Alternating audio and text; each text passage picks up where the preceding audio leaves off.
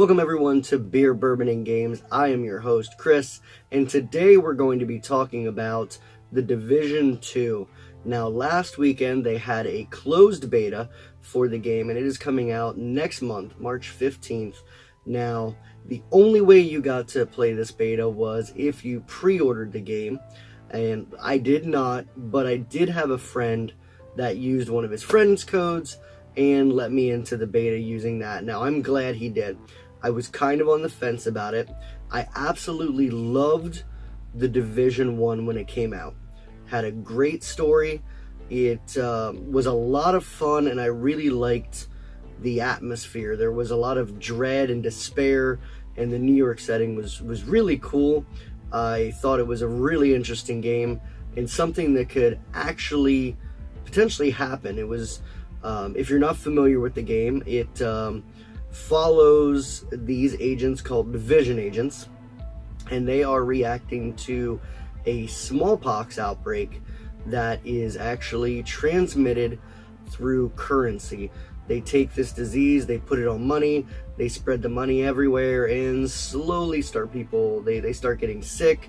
People are looting, rioting, so you are tasked to go ahead and try to bring everything back under control while figuring out how this happened and everything like that. So, very cool, unique game, but there were some issues that I wasn't fond of. There were some things that were really good, but then they changed them in the end, so there were some things that made me leery about the second one coming out. So today, we're going to talk about the pros and cons. I made a list of everything that I thought was good and everything that I thought was bad when I was playing. So we're going to start off with the pros because no one wants to be a Debbie Downer right away. Let's talk about the good things that I noticed about this so far. So, pro number one, the enemies are no longer bullet sponges. This is a big thing. If you played The Division 1, you know that there were a lot of enemies that you could unload multiple clips right into them and they would not die. It's not realistic, but the game was supposed to be more of an RPG. You're supposed to upgrade your weapons and your stats and your armor, and it was a whole big like balancing type thing. So it was supposed to make sense, but unfortunately it was implemented kind of a little poorly. Well, in this one, on the normal and the hard difficulties, I can say that the bullet sponge is gone. Most enemies die in a good amount of time. They don't take multiple clips. Instead, what they did was they changed the enemies to have weak spots, and some of them have armor, so you have to kind of shoot the armor in certain places for the armor to go down. So they found a way. Now they have not fixed the bullet sponges, though, in the hardest difficulty. If you have that and you have a full squad, there are people unloading 4 or 5 clips into someone and they're not dying. So they need to figure out a way to fix that. But on the other two normal and hard difficulties, bullet sponging is completely gone, which I am very happy about. The next thing that this can go either way. I've seen some people not like this, but for me it's a pro. The improved visuals. Now, in the first game, you were in New York, and it was very drab and dreary, and it was all snow all the time, which did sell the setting of the sadness and melancholy that they were going for. Completely understand it, and I can see why people miss that. Now, we're in Washington, D.C. There are colors, there are greens, and a lot of other really bright visuals now. Environments look different. You can give things more tone because of that. It's not just one color palette the whole way across. It allows for a lot more visually to be happening. They've added some cool new effects with the water. They've added new rain effects, because obviously if it's snowing all the time, there was no rain in the original one. So I think the new setting is really good. You have some lushness that was not there before. There is now really cool grass effects where when you're walking on it, it will crumple and foliage will bend to what you're doing. So that stuff obviously wasn't there before because everything was dead because it was wintertime. So to me, it's a pro. Some people might think it loses some of the luster. It's kind of a toss-up depending on how you feel. But overall, not bad. The next one is the improved emphasis on endgame. Now, one of the worst things about the first one was the endgame. To me, the story was really, really good, but unfortunately, it felt like it ended too quickly. And once you got up to level 30, the only thing you had to do was the Dark Zone until they started adding in the DLC content. And the DLC content was a letdown. A lot of it was just small boxed areas that you went in and you just kind of survived. It wasn't very interesting. They learned a lot from that, and in the beta they did give us a little bit of a foreshadowing of what is to come. There is a new faction called the Black Tusk that comes after you beat the game. So they've already gone ahead and said, hey, we learned, we know, we're trying to fix that. So them being self-aware is a good thing.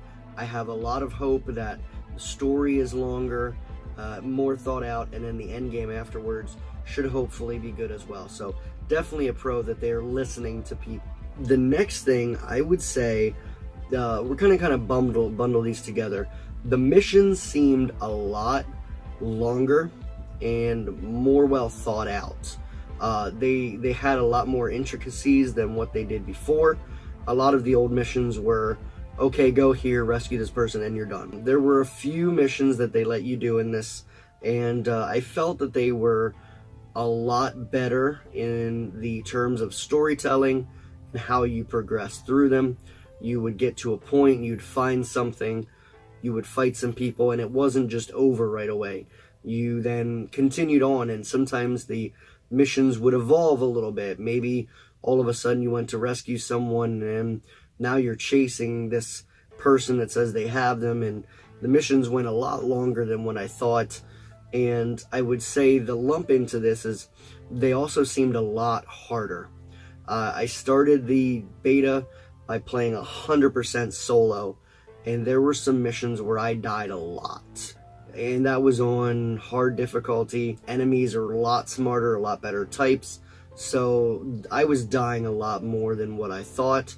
Now, I did later go on and went in and just matchmaked with some people, and we breezed through normal mode without a problem. But it was still a lot of fun. They were still really well thought out. So I really think that the missions should be a lot harder than what they were before. There was a mission in the first one, I can't remember the name, but literally I had it down to a science, and a lot of people did. They would just rerun these over and over again for the experience, and you could do the mission in like 4 minutes. It was just wham bam, thank you ma'am, it was over. It was boring. So I think they're doing a lot better job in this one, so good on that one. The next one is bases seem to have purpose. Now, in the original one, when you were in New York, you could upgrade your base a little bit, and it would give you some stuff, or it would say it would do things. You'd unlock little wings, but it didn't seem to really do much. In this one, you are based out of the Washington Capitol. So you have some missions to do, and in the demo I was able to rescue a woman. I can't remember her name, it's kind of a weird pronunciation, but when you rescue her, you unlock crafting at the station. There's also some missions that you can do, and they require you to go out and slowly collect, like, hey, this person wants a glove and they need some steel and they need this, and it brings up the morale. It unlocks other weapons, it unlocks blueprints. There's a lot of little intricacies, and there was also a settlement that I found. It's in the middle of the city. It's like a apartment type building, and it shows, I think, 4 different progressions it can go through and how it will change by what upgrades you do. Like the very last one, it goes from this rundown building to you have a roof and a dance club, and you've got a gaming area for kids, and it'll slowly add more stuff to it. They didn't really show everything that it was going to do, but it really seemed like there was actually a purpose for collecting these things. So it was really, really cool. I like that. So people that breeze through this and say there's no content, they're missing stuff. They're not enjoying the game. They're not completing it, because there's going to be a ton of stuff to do from what it seems. So really, really cool. The next one was improved variety in enemies. Some really interesting ones. There were grenade launchers. There were people flying drones at the end game. There's a woman that controls an RC car that will drive up to you and explode. There's these crazy women that puff on like these asthma inhaler type things, and it gives them like some kind of adrenaline, and then they run at you and they attack you and get all up in your face. Then there's also the normal enemies that shoot you, and the bosses, but it seems like the enemies kind of have a little bit more variety than what they did before. The AI seemed a lot better. They were flanking me. They were not stupid by any means. So definitely an improvement in that realm. Really cool on that. So I like that. Another pro is no more instant healing. So in the original one, you could attach med packs and you could hit a button and boom, instantaneously your health was fully up. So a lot of battles, especially in the dark zone, would turn into just who could heal faster, who had better weapons, and it was kind of boring. This is a lot more strategic. So you have an armor meter and you have your health, and as they chip away the armor, then obviously you're left to die pretty quickly. You don't take very many hits, and it's a lot more realistic. So I really like it. In order to heal now, you actually have to hold the button and you like wrap armor around you. It takes a good couple of seconds, so it's not a quick bloop and you're done. Really like that improvement. Should make things a lot more realistic, a lot more interesting for the firefights, and it actually makes people think tactically now. So I really, really like that. Another pro, I had absolutely no disconnects. I do know some people did. I was playing on the PS4.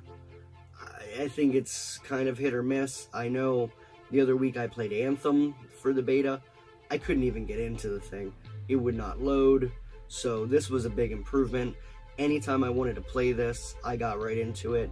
And between 3 days, I put in 14 hours of playtime into this, and I had not a single disconnect, not a single connection issue. So it seems pretty stable, a lot better than what Anthem and Fallout 76's betas were.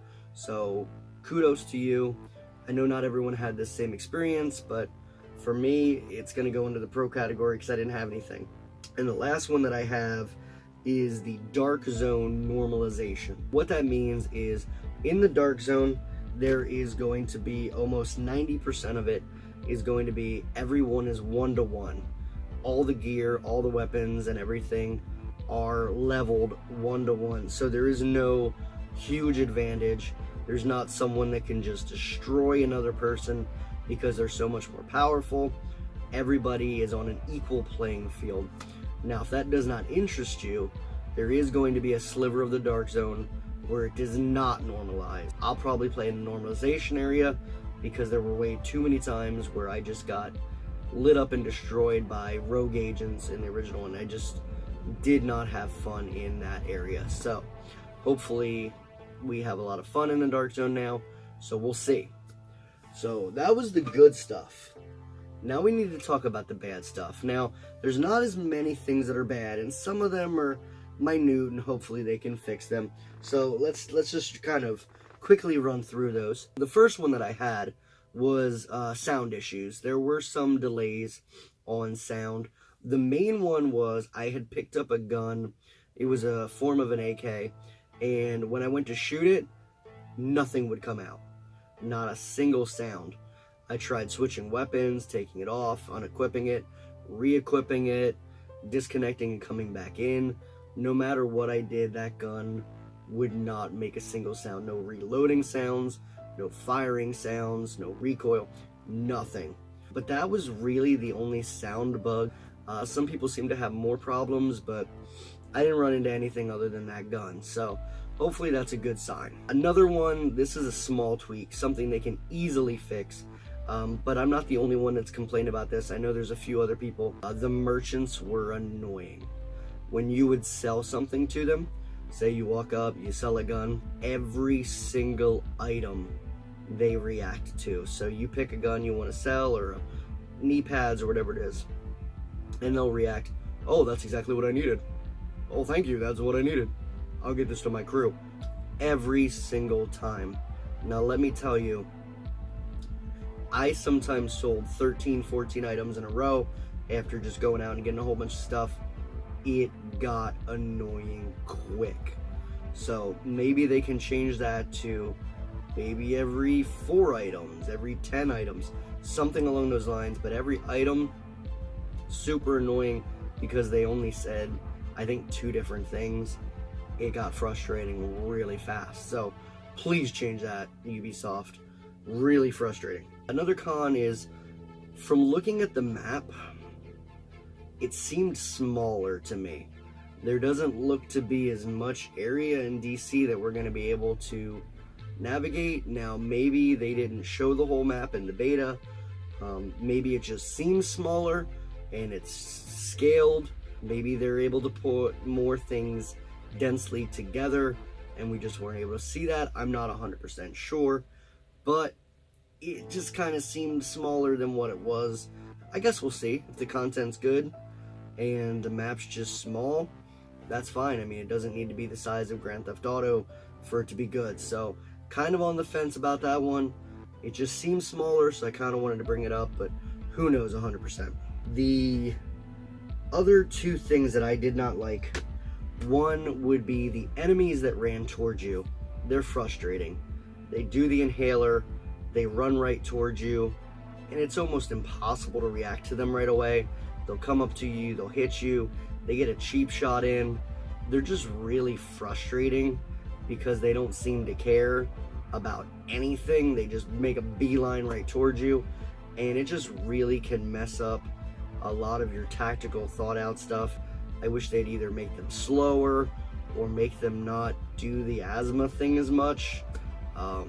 That's kind of a small complaint, but just something I did not like. Lastly was death pings. One of the things that you can do in the game, when you die, you can request for someone to come save you. You can put out a ping and you're just laying on the floor dead.